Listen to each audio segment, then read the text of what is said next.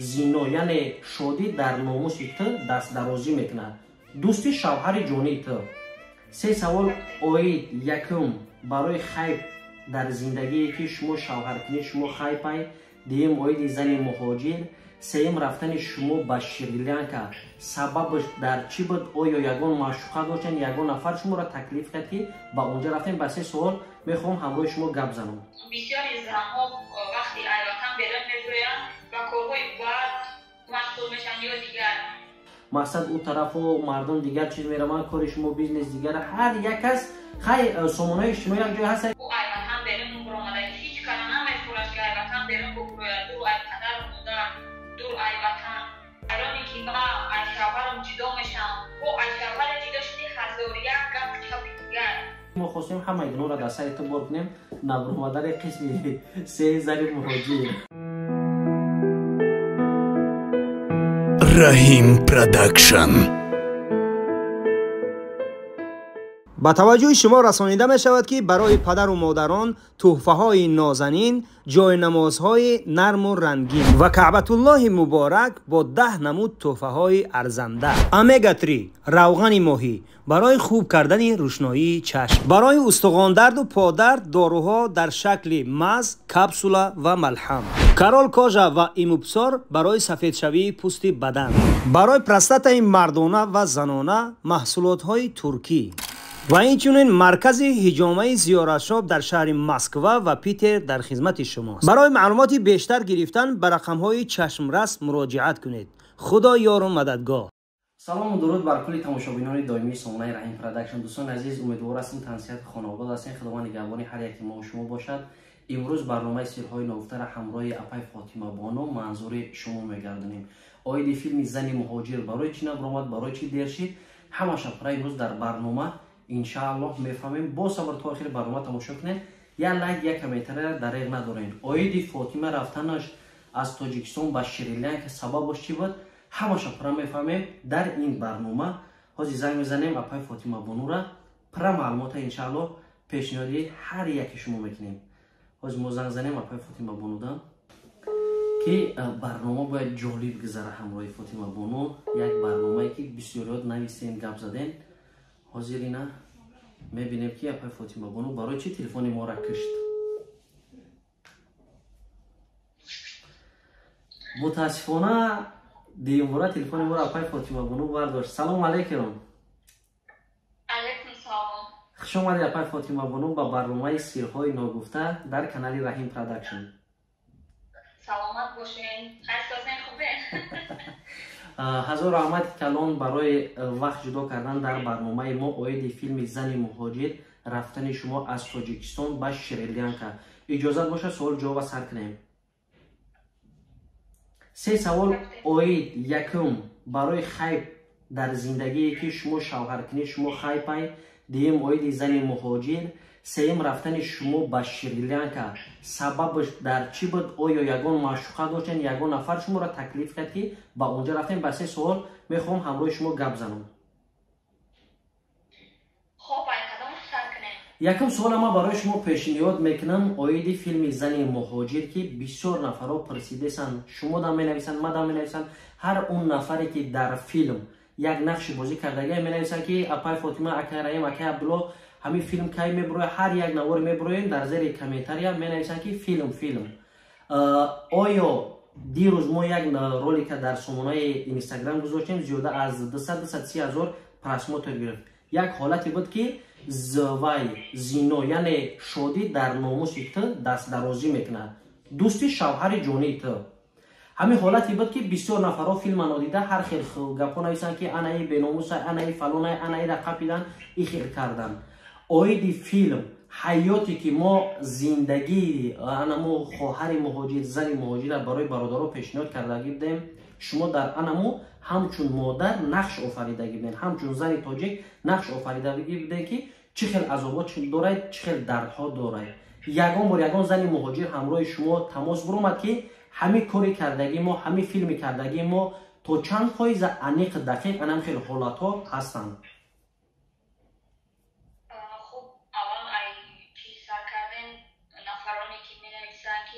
انا ای خیکت انا او خیکت دست رازی بازی کرد.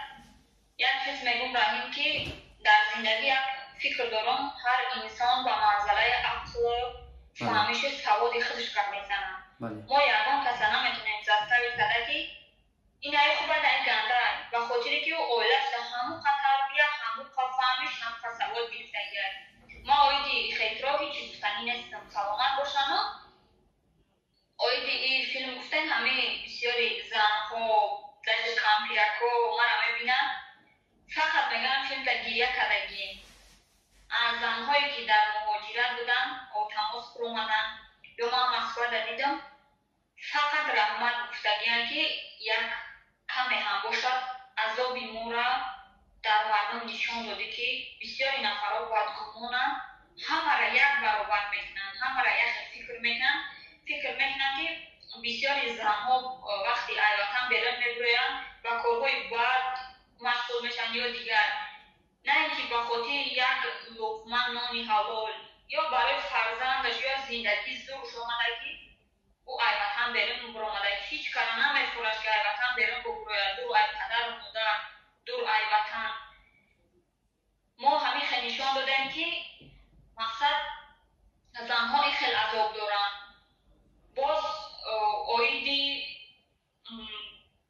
مردها هم بودن مردها هم بسیار بودن که نسخم بده هسته که مردهایی هستن که وظیفه دارن مردهایی هستن که با مهاجرن یعنی که یک درس شد که شما اگر ما تاجیکا اگر دست یکدیگر همه خط بگیریم در یگان جا خور نمیشیم. بله الکی مردها را میدونم هر روز با ما حتی زنها نیست در کامنتر همون فیلم نویسگیان که ایست فینه همه چیز حیاتی ما هر کجایی میرم بسیاریش با ما تکلیف میکنه که این شامیره قطعا دم میگیری ما ترا پگا و برستا کرده میگیرم یا پیش خدمت کرده میگیرم یا فلان میکنم بهمدان میکنم هر یک کس یک چیز طلب میکنه بر عوض جای کار دادن سبب ما فهموندن انمی فیلم حتی زندگی که ما همه قصه را کردگیم بعد انجام شدن فیلم ما همون خواهر عزیز روش مخیم کرده در نوار میبروریم لیک سبب پرسیدن ما از فاطمه بانو چی بود که این فیلم یک سیناریا بود که ما یگان شیان نساخته بودیم از گپی خودت گرفته بودیم از گپی گرفته بودیم از گپی انمی حیات امروزی که مردم رو پروش دگی بود پس ردنیکی حرام خری پس تبا کردن مثال پس سیل کردن همه چیزایی بود در انمی فیلم بود برای وای تماشاگران عزیز برای همین خواستیم که یک چیز خوب شود برای تماشاگران عزیز برای همون نفرانی که فیلم زن مهاجرت تماشا کردگیان. بله یک گپ دیگر میگم مقصدی ما تربیت کردن شما نیست. بله ما نمیتونیم که یکان فطره تربیت کنیم بخاطر که چی تربیتی که شما گفتگین همو بسیار در نوع کامنتری معلوم میکنین ای پدر و مادرتون ای خوندگیتون ای فهمیشتون گفتگین مقصدی ما پیشکی گفتنیم که یعنی برای زنها گفتن که زنها خیلی عذاب دارن با امیر فهماندگی هم که آینده در سر شما شاید همین چیزها با سرتون بیاید اگر همین با همین کارها دست رو بکنید. بله اویدی فیلم برآمدن فیلم دوستان عزیز ما خواستیم که پیش از سفرهای اپای فاطمه بانو فیلم منظور شما گردانیم فیلم در 4 دولت شناخته میشه الکی ترکیه شما ثبت کردگیم تاجیکستان و روسیه را کادرای خودمون گرفتگیم کادرای خودت موندگی باید همراه مادر آوردن این چیزا سیوم ازبکستان چهارم وطن عزیز از ایرپورت بین المللی خمیدن از سمالیت سومانای رفتن یک حالتی که هر یک مهاجر باید انمی قوی باشه استوار باشه که عاقبت ما خوشبخت میشم با وطن عزیز میرم هیچ کس از خرسندیش غریبی نمیاد همه غریبی معنایی را نداره که مثال اوبرستای وای هر یک غریبی هست که میلیونر میلیون دلار ده غریب اینومش برای کی در دور از وطن ای اویدی فیلم برمیگردیم و سوال نوبتی رفتن شما از تاجیکستان به شریلانکا شما را یگون کس دعوت کرده بود برای چی رفته بودین یا یگون خیش تبور یگون نزدیکی در دوست نداشتین؟ نه من هر انسان در زندگیش مقصد داره فکر داره من هم خیلی انسانی هستم که وقتی ایهدی بعد شکست میتن دوستان یا اینکه در زندگی مرا میشکنن من کوشش میکنم نه جنگ کنم نه جنجال البته کمتر دور میرم کمتر آرام میشم به همین خاطر چقدر که مردم بسیارش میدونن گپ چپی بسیار با بسیار گفتی گپا تمایی شد که مردم نمیدونن نمیتونن گفتن همین خیلی درون قپیده گفتی گپا در دلم گرفته آمدم که کم ترک هم باشه فراموش کنم همون لحظه را بهترین این همیخه چیز لحظه فراموش گفتی رفتن شما را من میدونم که بسیاری ها با گمان بد گفتگیان حتی خودم شاهد حال میشن از استوری سر کردگی مثال از رفتن همه مقصد اون طرف و مردم دیگر چیز میرن کار شما بیزنس دیگر هر یک کس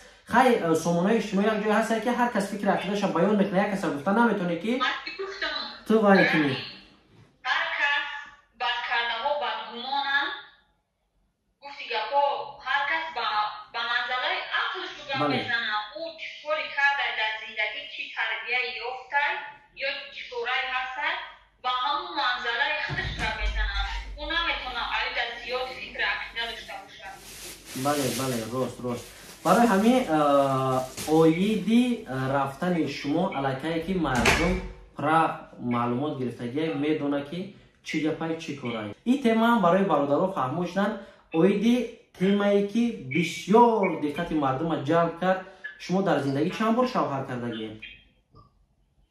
یکم بار آخه قطعی اکا اهلیدین برآمدن ای زن شو ای پروسه خیلی بود یا یگان چیزی بود که دقیق عمیق در آن موضوع عشق شما بود دوستداری محبت استوریا بازی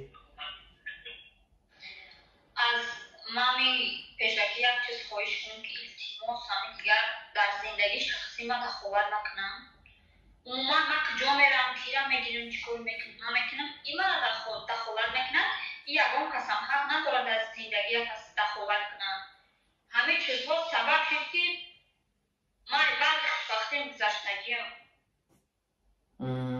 من حالی نمی توی هم اکثر حتمی نکم ای پشتی چی اول آلیدین من شاپیدی گرفتیم در اسمیس ها ای زمان کسی و ایمان با تو گرفتی همه چیز فاطمه بانو همه چیز خیلی نبود انیق مهر و محبت ازدواج دقیق بود بله انیق باید ما توی مشیدیم خیلی دبای خشان میدونن که در آمدن بسیار همه خیلی نویستن ای او گپای زیادی ای زن دارا ای خیلی عموما کو باور کرد سرم کو در کرد گفتم بس همه چیم ما همه روزی تعمل کردن نتونستم ما زیاده همه حالتی نمیگیرم فقط در زندگی ای دختر بنایسه او دختر بنایسه باز من توقعت ندارم چم زندگی بایرانی که ما از شوهرم جدا میشم و از شوهر جدا شدی هزار یک گپ چپی دیگر آیدا بستم شو فکر کنم پیشکی امو راشد میگیرم که آیا ما در زندگی همون بچه همه حالتو در صبر کردن میتونم آیا نه بعد به همون خلاصه برامدن بعد شوهر بهترین علاقه اگر که شما ایلادور میشین بعد شما این سخنو میشید انا این بعد بیزه بود که جدا شدن از شوهر دویم بارا بعدا هم میگفتن که ای هم سر کرد و هم سر کرد خلاص بهترین کارا کردین خیلیش انتخاب شما هر یک از گفتم که در زندگی انتخاب دارای ما تصمیم گرفتیم همراه یکی عبدالله جان که روزهای نزدیک همه چیزاشو جنبست کردگیم فقط کادرای خودتون موندگی بعضن چیزها هست که باید ما در درجه عالی کچی سوای بلند قطع کنیم که یکم چکل بود دیم چکل اومد سیم باید زور بیا که استینا بفهمن که چیکار کردیسن این مغازه زیارشاب انشالله که در سیم شام سرپرستی را برگردن گرفتگی با نفرایی که میشوند که در این فیلم ها میتونن که سپانسر شوند برای دستگیری کردن فیلم ما در یک اشوشنی بلند و یک کچی سوای بلند که دیگر اون بعضی نفر پس زنی میلادم پسنی فیلم توجیه دادن دیگر گپ نیومد گپ زدن اتون بله همینم اینش نقطه گفتن که راضیه بسیار هم برادرها که ما اند اسپانسری میکنیم ما دستگیری میکنیم من فیلم تیستر رویم بله و ایتا فیلم خوبتر برای مهاجرا ببراریم اصلا برادرم میخواهن مثلا پیشروی مردم تاجیکستان انشالله بله اکب راجع یک فیلم دیگر در نقشه گرفتگیان نیکای موقتی برای ثبت کردن شما مخواستیم که زن مهاجر و نیکای موقتی هر دشت در یک مورد اومدن خدمت کنیم رفتن اومدن پلیر از خود خدمت میدونه که در فیلم چقدر از خود میشوه هاش در مردم پول بگوی با میگن که واه این قدر پول از خود میشوه این قدر باور کنید یک ششتن یک خودن خودت میدونی، یک رفتن یک عذاب در پروکه ایستادن، سرویرانی دیر کردن، نیومدن آدم، این همه چیه مردم اینجا کارکنی اومدگیان یورم فهمیدن در کار. به همین خاطر انشالله باید دارم یک چیزی خوب میشوه و برای تماشاگران همین را گفتنیم که در کامنتر بنویسن که اوید فیلم باید کجاش اصلاح کردن در کار، چی کردن در کار خوبتر میشوه. سبب ما همراه شما در برنامه سیرهای نفته همین بود که ما خواستیم همه اینا را در سر تو بار کنیم نبرم در قسم 3 زن مهاجر.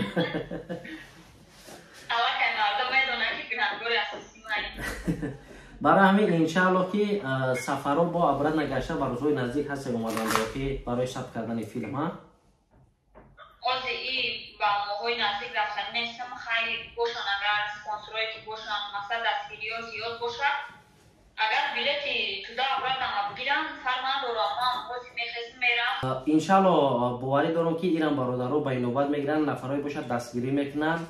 در آخر برنامه برای برادران عزیز خواهران و اپایی که این لحظه تا آخر برنامه ما را تماشا کردیسن چی گفتنی؟ برای همه مخلصایی که ای ته دیلن، برای اون نفرها و زنهایی که برای ما دعای نیک میتن، برای ما هر یک وقتی که افیر میکنم همه میدروی از زنی مهاجر میپرسن، برای دستگیریتون گرد ندارم زنده باشه انشاءالله همیشه دستگیری ها باشه با عیده فیلم های خوب برای شما پیشنهاد میکنیم. سلامت باشین اپای فاطمه بانو. دوستان عزیز و شما هم حضور رحمت کنم که تا آخر برنامه تماشا کردین. باور کنید هر یک لایک، هر یک کامنتار، هر یک سخنای شما برای ما موتیواسیون میده که فیلم های خوب ببریم. برای همین دوستان عزیز همراه فاطمه بانو شما خیر خوش نمیکنیم. امیدوار هستم که برنامه آینده نیست جالب خوب میگذره برای هم شما هم اویدی فیلمی زن مهاجر. احتراما خواهش میکنم فکرتون در کامنتر نویسین چون که ایده شما با موتیواسیون ما در فیلم زیاد میکنه. الله نگهبانتون دوستان عزیز. خیر تا برنامه آینده. اپای فاطمه بانو الله نگهبانتون.